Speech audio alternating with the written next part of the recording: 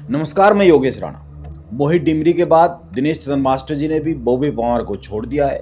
2027 के विधानसभा चुनाव में तीसरा विकल्प बनने का सपना देख रहे बॉबी पवार को यह बड़ा झटका माना जाना चाहिए, क्योंकि दिनेश चंद्र मास्टर जी ने ऋषिकेश में मेयर के चुनाव में 21,000 के करीब वोट हासिल कर ऋषिकेश की राजनीति में एक लंबी लाइन खींच दी थी। बीजेपी और कांग्रेस दोनों ही दलों की नींद उड़ा दी थी। बीजेपी जीत तो गई वो मेयर का चुनाव, पर कांग्रेस का तो हाल बेहाल हो गया। कांग्रेस तीसरे नंबर पर पहुंच गई। उस चुनाव में दिनेश चंद्र मास्टर जी को उत्तराखंड की राजनीति में हर कोई जान गया और माना यह जा रहा है कि 2027 का जो चुनाव होगा, दिनेश चंद्र मास्टर जी ऋषिकेश से ही चुनाव लड़ेंगे।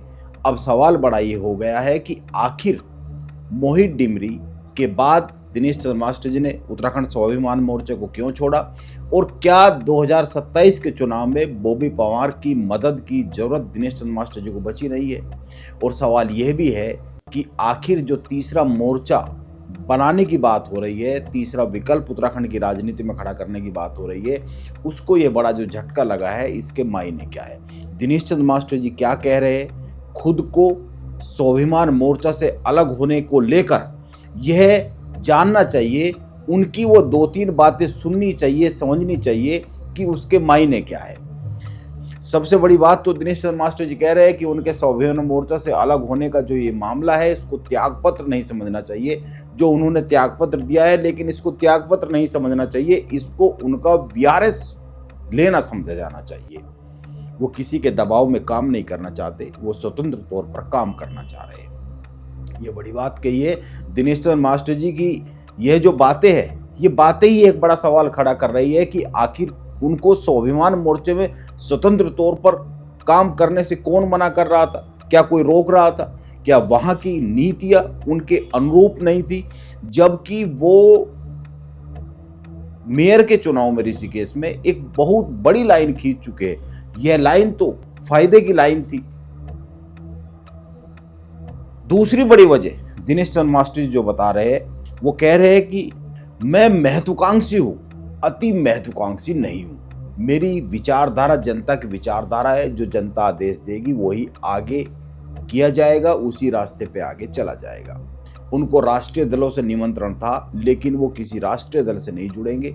दिनेश चंद्र मास्टर जी की दोनों ही जो बातें हैं, यह इस तरफ इशारा करती है, दोनों ही बातें वो कह रहे हैं कि मैं अति महत्वाकांक्षी नहीं हूँ, महत्वाकांक्षी हूँ। और जो पहली बात वो कह रहे हैं कि मैं स्वतंत्र तौर पर काम करना चाहता हूँ, किसी के दबाव में काम नहीं करूँगा। ये दोनों ही बातें इस तरफ इशारा करती है कि उत्तराखंड में जो तीसरी राजनीतिक ताकत बनने का सपना देख रहे थे बॉबी पवार, और जो स्वाभिमान मोर्चा का गठन हुआ, स्वाभिमान मोर्चे में कुछ ठीक तो नहीं चल रहा है।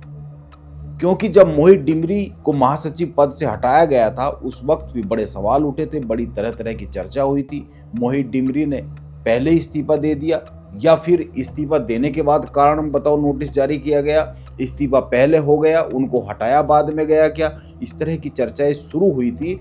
और इसी तरह की एक बात दिनेश चंद्र मास्टर जी भी कह रहे हैं। वो कह रहे हैं, मीडिया से जो बातचीत उन्होंने की है ऋषिकेश में, वो कह रहे हैं कि यह जानना चाहिए कि मोहित डिमरी ने पहले छोड़ा या उनको पहले मोर्चे से निकाला गया। वो कह रहे इस तरह से तो कल मुझको भी लेकर कहा जा सकता है कि मुझे भी निकाला गया है। उनको निकाला नहीं गया, उन्होंने वीआरएस लिया है। दिनेश चंद्र मास्टर जी बॉबी पवार और उनके अन्य साथियों की तारीफ कर रहे हैं लगातार, लेकिन अपनी राह अलग चुन रहे हैं। ये दोनों ही बातें एक साथ कैसे हो सकती है, यह भी एक सवाल उठ रहा है। और सवाल यह भी है कि अगर देखें, आप याद कीजिए उस समय पे जब मोहित डिमरी को मोर्चा के महासचिव पद से हटाया गया था, उस वक्त स्वाभिमान मोर्चा की तरफ से एक चिट्ठी जारी की गई थी, जिसमें मोहित डिमरी से जवाब तलब करने की बात थी। मोहित डिमरी को कारण बताओ नोटिस देने की बात थी, जवाब नहीं देने पर उनको पद से हटाया गया, इस तरह की जानकारी थी। मोहित डिमरी पर संगठनात्मक अनुशासनहीनता का आरोप लगाया गया था। उनको कारण बताओ नोटिस जारी किया, लेकिन जवाब न देने पर उनको उत्तराखंड स्वाभिमान मोर्चा के महासचिव पद से हटा दिया गया, इस तरह की जानकारी थी। उस वक्त मोहित डिमरी मीडिया के सामने आए थे, कुछ लोगों से बातचीत भी की थी। मोहित डिमरी और दिनेश चंद्र मास्टर जी ने एक और बात कही है, उस वक्त मोहित डिमरी ने कही थी जब उनको पद से हटाया गया, और अब दिनेश चंद्र मास्टर जी ने कही है। दोनों ने कहा है कि अभी तक तो उत्तराखंड स्वाभिमान मोर्चे के रजिस्ट्रेशन तक नहीं हुआ है। मोहित डिमरी ने उस वक्त यह भी कहा था कि वो चाहते हैं किसी क्षेत्रीय दल को मजबूत किया जाए, 2027 के लिए उसी को समर्थन दिया जाए। अब दिनेश चंद्र मास्टर जी भी कह रहे हैं कि वो किसी के दबाव में नहीं, स्वतंत्र तौर पर काम करना चाहते हैं। सवाल यह भी उठ रहा है कि क्या दिनेश चंद्र मास्टर जी को ऋषिकेश के अलावा किसी अन्य जगह के चुनने के लिए 2027 के लिए चुनाव के लिए कहा जा रहा था क्या? ये सवाल उठ रहा है। पूरी कहानी क्या है यह कुछ दिन में सामने आ ही जाएगी, ऐसा माना जाना चाहिए। लेकिन बड़ी बात यह है कि कांग्रेस को छोड़कर पिछले साल ऋषिकेश में मेयर के चुनाव को निर्दलीय के तौर पर लड़कर एक लंबी लाइन खींचने वाले दिनेश चंद्र मास्टर जी 21,000 के करीब वोट हासिल कर दूसरे नंबर पर रहे थे। बीजेपी के उम्मीदवार शंभू पासवान केवल 3100 मतों से जीत पाए थे। इस चुनाव में केदारनाथ उपचुनाव के बाद फिर से यह साबित हो गया था कि उत्तराखंड में यदि कोई तीसरा विकल्प, कोई तीसरी शक्ति, कोई तीसरा व्यक्ति ताकत के तौर पर उभरता है, चुनाव लड़ता है, तो वो कांग्रेस को अधिक नुकसान पहुंचाता है। कांग्रेस ऋषिकेश मेयर के चुनाव में बुरी तरीके से पिछड़कर तीसरे नंबर पर पहुंच गई, केवल 12,000 के करीब वोट हासिल कर पाई। अब वो दिनेश चंद्र मास्टर जी जो 21,000 वोट हासिल कर तहलका मचा चुके थे, उनकी बॉबी पंवार के साथ पटरी क्यों नहीं बैठी, यह बड़ा सवाल बन गया है। बॉबी पंवार यह घोषणा कर चुके हैं कि वो चक्राता से प्रीतम सिंह के सामने ही चुनाव लड़ेंगे, लेकिन दिनेश चंद्र मास्टर जी के अलग होने, उसके पहले मोहित डिमरी के अलग होने पर बहुत सारे सवाल खड़े हो गए। यह जो लड़ाई है 2027 की, यह बीजेपी और कांग्रेस के आमने सामने की लड़ाई बनती हुई दिख रही है। कोई तीसरा कहीं दिखता नहीं है। उत्तराखंड में वैसे भी कोई तीसरा दिखता नहीं है।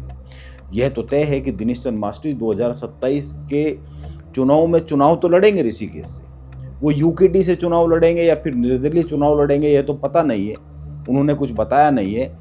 लेकिन मोहित डिमरी के बाद दिनेश चंद्र मास्टर जी के बॉबी पंवार को छोड़ने से एक बात तो साफ हो जाती है कि स्वाभिमान मोर्चे में कुछ ठीक नहीं चल रहा है। कांग्रेस के लिए 2027 का चुनाव करो या मरो का चुनाव है, और बीजेपी की तैयारी कांग्रेस से अभी तक तो आगे ही दिख रही है।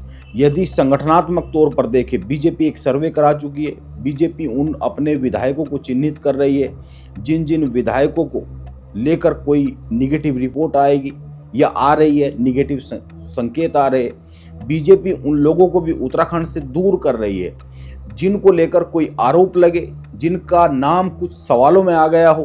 अंकिता भंडारी प्रकरण की अगर बात करें, बीजेपी में अगर देखें तो संगठन के भीतर से अधिक चुनौती दिखती है। कुछ दिनों से जो माहौल चल रहा है, कांग्रेस की आमने सामने की लड़ाई है। अब देखना यह होगा कि यह जो लड़ाई है यह किस दिशा में जाती है, या फिर दिनेश चंद्र मास्टर जी के अलावा जो एक दो लोग और रह गए हैं स्वाभिमान मोर्चे में, वो कह रहे हैं कि इसका तो अभी तक पंजीकरण ही नहीं हुआ है, एक दो लोग रह गए, वो भी कोई अपनी अपनी राह अलग अलग चुनते हैं, या फिर यह जो तीसरा मोर्चा बनने की बातें हैं, यह सब हवा हवाई हो जाने वाली है। नमस्कार, मैं योगेश।